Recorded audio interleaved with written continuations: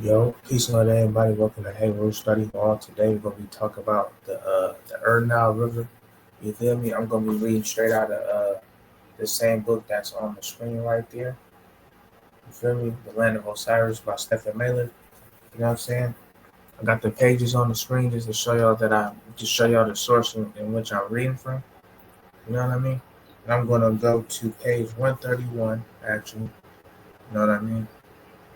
I just want to stick to that one particular area of information. So with that being said, if y'all got the book, you got to go to the page yourself. Right?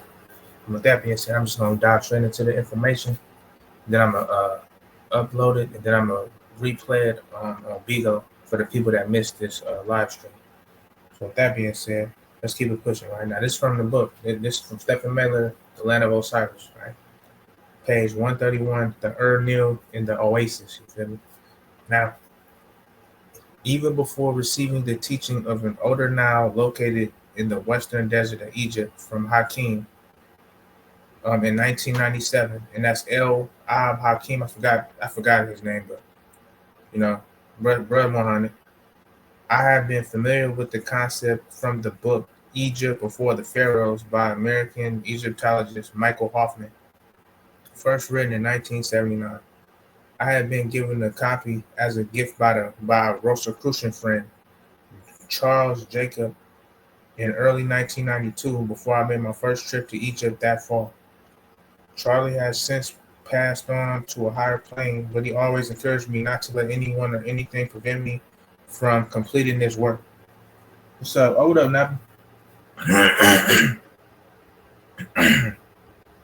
In this book, and I'm recording this on my StreamYard, so I could replay it on here on Bigo. So for anybody that missed it, so they could see the pages and some of the pictures and stuff. But it says in his book, Hoffman discussed the geology of northern Africa as investigated by many geologists who have studied the area. One particular section of Hoffman's book stuck in my mind as he stated, at the turn of the century, a German scientist, MLP Blackenhorn, speculated that a huge ancestral Nile of tremendous volume, and Nil, he called it, once flowed to the west of the present river. He based his conclusions in part of the occurrence of ancient gravels in the western desert. For years, he was disbelieved. Let me fix my thing. On my back. Now, scholarly opinion, uh, like a great slow-moving pendulum, is swinging back toward a kind of Nil interpretation. Let me see. This statement returned to my mind in late 1992 when I met John Anthony West in Egypt, and we were discussing his work with Robert Schoch. SCHOCH on redating the Sphinx. Oh, so what up, Penny? What's up with it? So everybody be coming to your house. Okay. Well, I am dealing with some geography, some history, some oceanography. Y'all familiar? I am for a little treat. But I'm reading from this book. I'm in this little book right now. Let me see. Hold on, where's that? I left off. Let me see. You know, I'm here to listen. I'm gonna go ahead and do. All right. So just to kind of get y'all, caught up. I was on a panel. I was on a panel earlier, and they were discussing like rivers and stuff like that, and it came to my mind a river that allegedly that possibly predates the Nile River in Africa that stretches about, if I'm not mistaken, about 41 to 4,200 miles long, one of the longest rivers, and it was a river that possibly existed called the Nile River, space Nil River, and it get deep because I like talk about stuff like that, the pyramids, how it was a power plant, how it had tunnels with water and all kind of stuff. This is my type of talk. You know what I'm saying? But then I thank y'all for pulling up on the brother. When I'm just gonna read through this. Let me see where we at. If anybody got any questions, just feel free to let me know. And I hope hope y'all enjoy. So it says West was responding to criticism from Mark Lehner, who has stated that if there had been a previous civilization that had built the Sphinx, there should be more evidence somewhere of that prior civilization. West has stated that indeed there should be more evidence of other structures buried under the sand than just the Sphinx, and perhaps alternative researchers should trace the course of the ancient Nile to find that information. West never mentioned another Nile, but he deserves the credit for stimulating me, and then it's the author speaking, to pursue that line of thought. So when Hakeem, Ms. El Hakeem, I forgot his name, but he 100. I rock with bro. Presented the indigenous traditional view to Bob Walter, Vawter, in November 1996, that the ancient Cometian civilization was based on an older river to the west. It was the final key I needed to research and develop this paradigm. And what's up, everybody that just slid through? I'm not looking. What up, Pyramid? I'm not looking at my phone because I'm kind of triple tasking, but it's gonna be worth it though because I'm gonna re-upload the video from my computer on here so I can show y'all the pages and the pictures and stuff. So I'm gonna try to keep it pushing. If anybody got any questions, y'all can come off mute and jump in. It's all good. But Pyramid, I'm talking about a river called the Nile River. According to the person that, like the geologist, they call it we know the people that was there didn't call it that, but I'm basically dealing with what is known as the Nile River, basically a river west of the Nile that existed before the, you know what I'm saying? So let's keep it pushing. My bad, yeah. But Egyptologists such as Mark Lehner only discuss the geology and history of the current Nile River.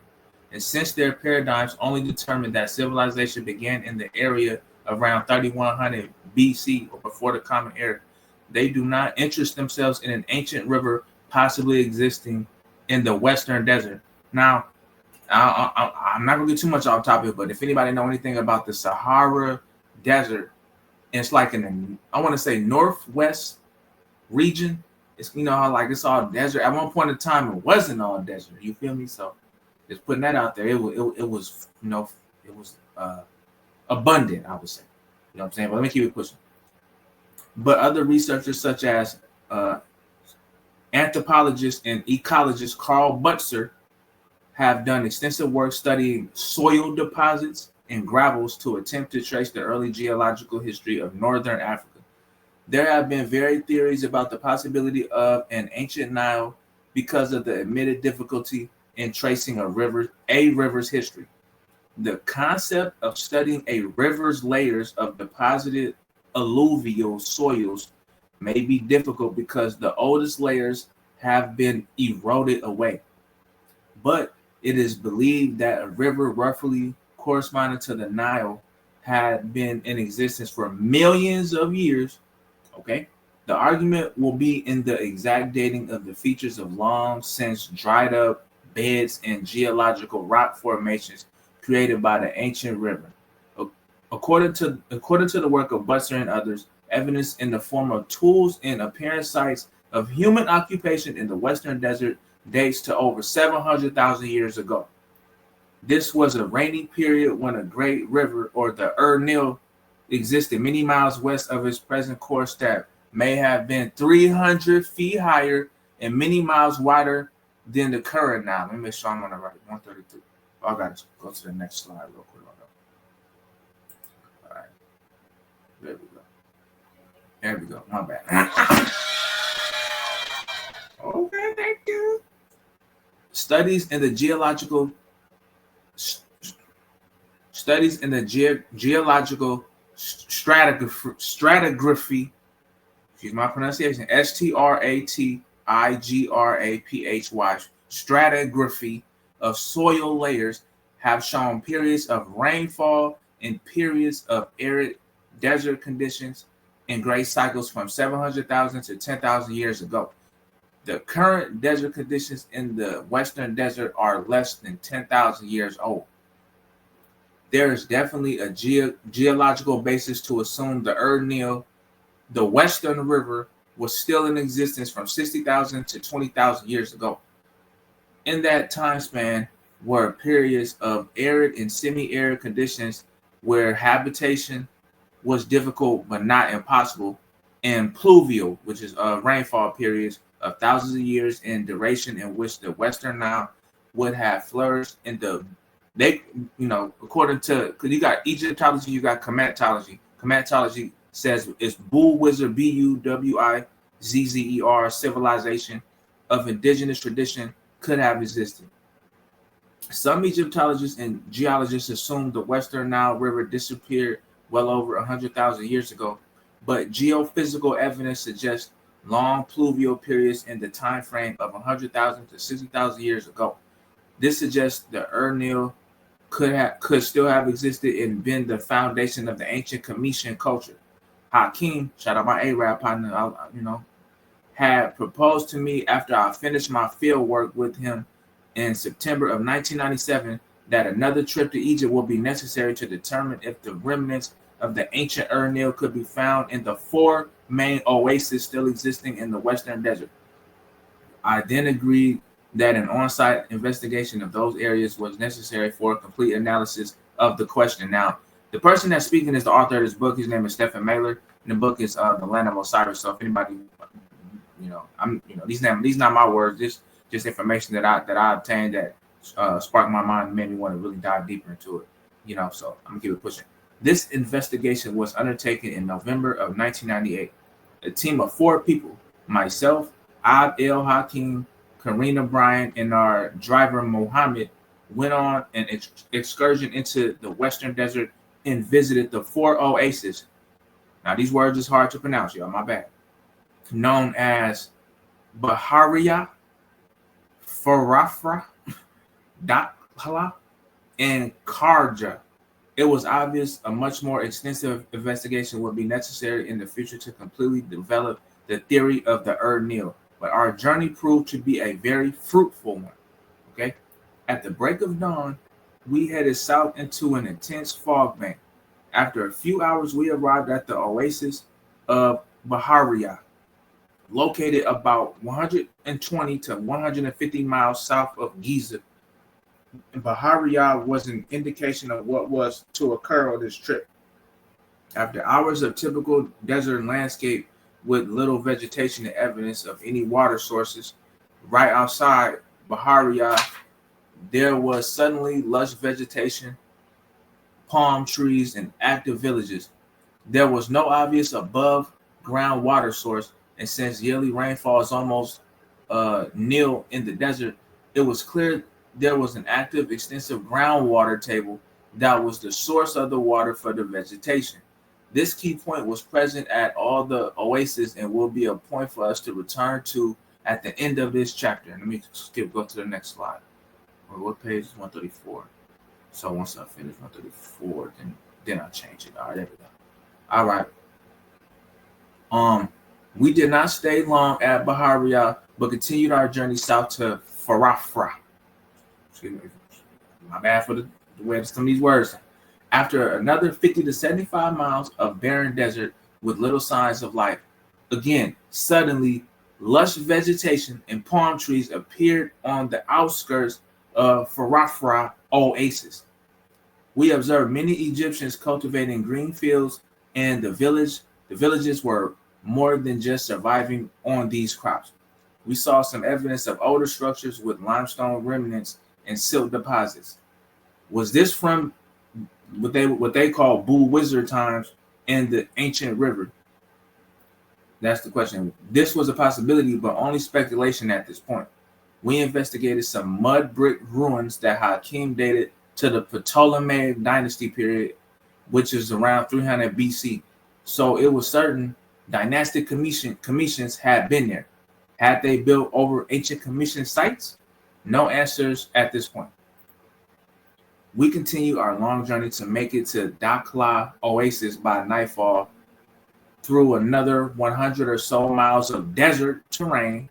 Mind you, these is white and Arabs too. They in that hot ass desert. I respect that gangster. But it was on this section of the journey that the scenery changed dramatically. Instead of just yellowish sand dunes and miles of emptiness, vistas opened up for us that distinctly reminded me of the American Southwest. Rock formations, mesas, MESAS, mesas, I'm assuming that's how it's pronounced, salt and mineral deposits and mountains that appear straight out of southern Utah and northern Arizona, stretched out in the west for hundreds of miles. And then I'm gonna show a figure. Matter of fact, let me go to the next slide on my computer. So once I upload the video, y'all have to look at figure 62, and then y'all gonna see the picture. And I got it highlighted. But I'm next time I go live, I'm gonna upload the video. These geological formations, as in the American Southwest, had to have been formed by great ancient waterways. Geologists recognized that millions of years ago, this area of northern Africa was covered by ocean water, and when the ocean receded northwards, the ancient Nile, called the Proto-Nile, Paleo-Nile, and Pre-Nile by geologists, moved in from a southern source. The combinations of the ancient ocean and river along with volcanic and seismic activity have carved out the magnificent landscapes we view if you look at figure 63, which is on my computer. But when I go live again and have another panel on this topic, I'm gonna play the video, and y'all gonna see it on the screen. That there once was an ancient river in the western desert seemed a strong possibility. Period. What page? Let me make sure I ain't missing. I'm on 136. All right, let's go. Let me catch my breath. Let me take a swig, y'all. I gotta take a swig real quick, man. Take a swig. Because I brought this up earlier when I was talking on the panel. I just didn't have the information up and ready to share. But now I'm ready. Let's go.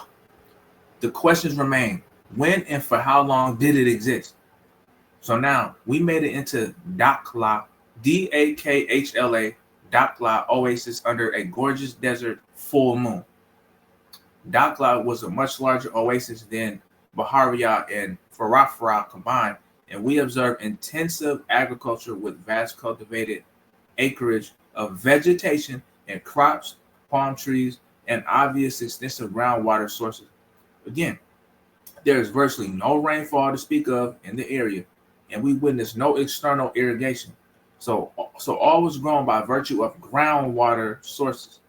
I'm gonna keep this a mental note. Groundwater. We spent the night at Dakhla and got up early for more observations. More mud brick Ptolemaic ruins with evidence of limestone fragments were strewn around the area. Were these limestone fragments the remains of ancient Commission structures? That's a good question. We left Dakhla and made our way southeast for almost another 75 to 100 miles to Kharga Oasis. Kharga Oasis. Again, once past the outskirts of Dakhla, the landscape changed dramatically. Huge rock formations, marble deposits, butts, Butts, and mesas straight out of southern Utah appeared to us and stretched for many miles to the west. We stopped so I could take photographs, and we examined what appeared to be an ancient riverbed. What page is this? 135. Let me go to the next slide. So I'm gonna put this picture up. So figure 164 is what they're talking about, which appeared to be an ancient riverbed. And I can't wait to show this next time I go live. At this point, an interesting aside occurred. As we paused for me to take photos of the very formations present, a little duckling came crying out of the desert to us. We were all amazed at this sight, as we could not imagine where it could have come from. There being no obvious water sources in the area, it must have fallen off a truck bound for Kharga Oasis, as it could not have been living in this desolate area. We rescued the little bird, gave it food and water, and brought it with us to the oasis, where we gave it to a young girl to take care of. Hakeem pointed out that the duck was the ancient Commission symbol for birth, Sa, S-A, and this was perhaps a confirmation that we have found the birthplace of the Commission culture. So the Arab dude Hakeem, I be peeping how he be kind of observing stuff too. That was a good observation too. It was obvious we had given the little duckling a rebirth, as it could have not lasted much longer in the desert heat and dryness. Before entering Karja Oasis, we viewed more incredible formations shaped by the ancient waterways, and we were then greeted again by the now familiar abrupt change to lush greenery and vegetation. Karja Oasis, the largest of the four oases, featured a large expanse of cultivated acreage with all sorts of grains, fruits, and vegetables growing in abundance, again with no evidence of external irrigation techniques except for groundwater pumping and channeling. Okay, we talking groundwater. We investigated the site of a Ptolemaic temple called the Hebes or Ibis temple, dedicated to the Neter, Tahuti, or Thoth, whose sacred animal or symbol was the ibis bird. Hakim maintained this temple was on the site of an ancient commission Perba, and we did find limestone and granite pieces in abundance, evidence of the remains of large monolithic blocks, as well as many different styles of potsherds, as we had at all the Boo Wizard sites. And I'm so mad I can't give the definition of some of these words off the top of my head because I just dove back into this book. But like, it's like cometologist terminology when they say like Boo Wizard sites, but it's like ancient comet, ancient commission, megalithic structures and stuff like that. But I'm gonna keep it pushing. The next morning at breakfast provided some interesting information. All over Karja, there were signs and billboards advertising the area as the New Valley. It was obvious the Egyptian government was undertaking a massive development in the area, with high-rise apartment complexes, many construction projects, and extensive cultivation of all types of crops. At breakfast, we met an Egyptian scientist, a PhD in agronomy. Agronom. Wait a minute. Agronomy. Agronomy. There we go. Agronomy. I never said that word before. Agronomy. And he's basically an agriculture expert. He did not speak English, and I did not get his name, but Hakeem translated the conversation for me. When we discussed the Egyptian advertising campaign for the New Valley, he laughed and shared with us his feelings that this area and the oasis were really the old valley. When we inquired further into what he meant, he stated quite clearly his belief that an ancient great river had flowed in this area, and the oasis and groundwater were remnants of this great river. Keyword groundwater. We were not able to get a date from him on when the river dried up above ground, but his information was good support for our new paradigm. We left Karga Oasis and headed northeast toward the city of Al-Sut. Keyword Al-Sut, Soot.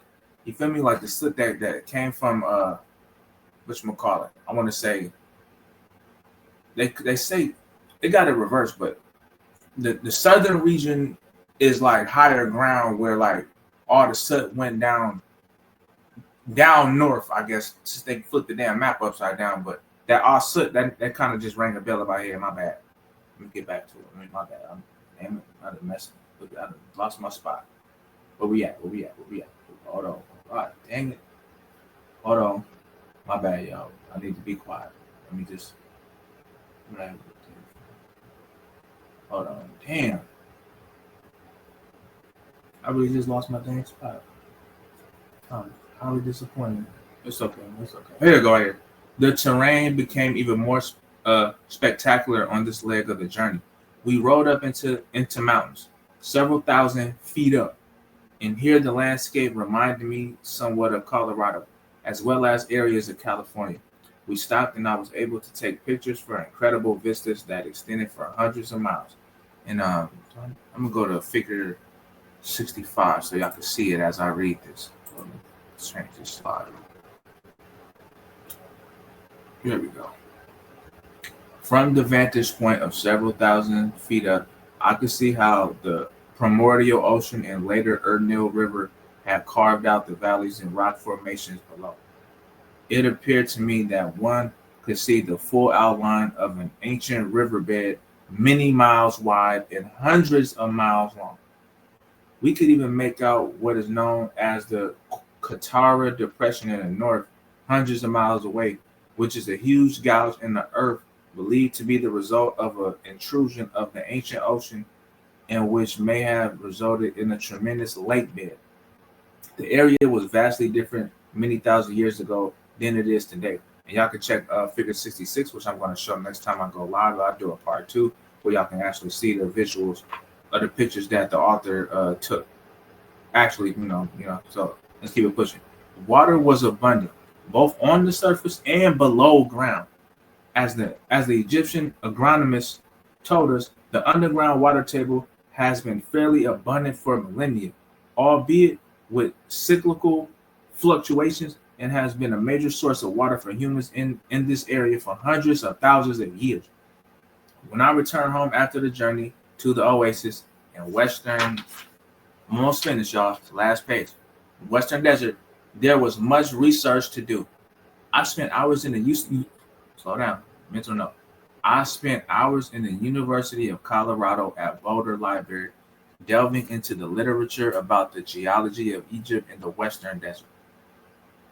Of all the books and articles I examined, very few addressed the subject of an ancient river in the West. And I'm pretty sure it's the reason why they don't want to talk about it. Look, jive turkeys. Those that did refer to the possibility referenced the work of M.L.P. Blackenhorn. I underlined his name in the book. I gotta go look it up. As I could not find any of his writings in English, the only references I found were in German and were from the beginning of the 20th century. I could only study secondary sources about his investigations. Several works I found confirmed the existence of the extensive groundwater. Thank you. A report compiled from an international meeting of geologists in Egypt in 1963 provided information about the many observations and investigations by various geologists about the groundwater in the Western Desert. It was stated that there was enough groundwater under the Western Desert of Egypt to supply all of the Middle East with fresh water for many years. This is an indication of how extensive scientists believe the water table was, which confirmed our observations in the field. I believe the groundwater table under the Western Desert to be a flowing river and not a stationary phenomenon. The water flowing through underground passages gave the ancient Commissions the idea to drill other passages to lead to the natural ones and bring the water to the sites further east. The above ground ancient Nile and underground river were sisters, and as long as rainfall was abundant, fed each other with ample amounts of flowing water. When the climate dramatically changed at the end of the last ice age and rainfall severely declined about 10,000 years ago to the present, the Nile dried up, bringing on the onset of the Sahara and the Libyan deserts, and only the underground river has remained. Hakim had led me to see that the ancient Commissions had followed the water from the west and channeled it to the east. They channeled it all the way to the present Nile Valley, and the water provided the basis for all food and fuel for the ancient Bull Wizard, or they say Bull Wizard or Commission civilization. And I just finished it. I read from pages, I should say, 131 to 140 of The Land of Osiris by Stephen S. Mailer. Shout out to Stephen Mailer, man. Bro, 100. You know what I'm saying? But yeah. So I just finished this real quick. I triple tasked. I did my Bigo hours, and I recorded a 29-minute video on my StreamYard, which I'm finna end right now. You know what I'm saying? And I'm finna upload it on my YouTube, and then I'm gonna play it on the YouTube on Bigo, and I'm finna show my peoples what time it is. Oh snap! I think I forgot to do one thing. Hold on. My bad, y'all. I didn't go all the way to the. Wait a minute. Hold on. Oh snap. Oh, I know what I did. I know. I'm gonna go deep. I'm gonna do a part two, but yeah, y'all can pause on these slides and then y'all can kind of read through some of these pages. I'm gonna do a part two, but y'all can see that this evidence of massive water erosion behind the Sphinx, which clearly didn't come from no rainfall. You feel me? But yeah, we got that picture. This a Mayan what you call it? These ancient Mayan glyphs. I forgot exactly. I don't know if it's in the Temple of Dendera. You feel me? Which show our connection to the Americas. And I'm gonna end on that because I'm not a freestyler. I mean, I'm not no how can I say this? I'm a lifelong learner. I'm a researcher. You feel me? So with that being said, I like to come with the information in its purest form, with not too much opinion, but I like to come with opinions from time to time. But with that being said, man, I hope y'all enjoyed it. I'm gonna end this motherfucking video on my YouTube, and yeah, love y'all. Appreciate y'all. Hope the rest of y'all day is the best y'all day. Peace.